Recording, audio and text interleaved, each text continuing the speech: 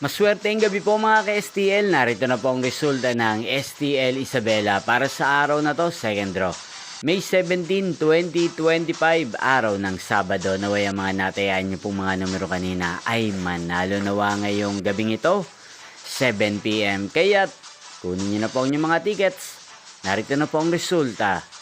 Ang mga numerong nanalo sa STL Isabela ngayong gabing ito, May 17, 2025. 7 PM, second draw result, 25 at 9 in exact order sa lahat po ng tumaya kanina sa STL Isabela para sa second draw ng 25 at 9. Congrats po sa inyo, panalo po kayo.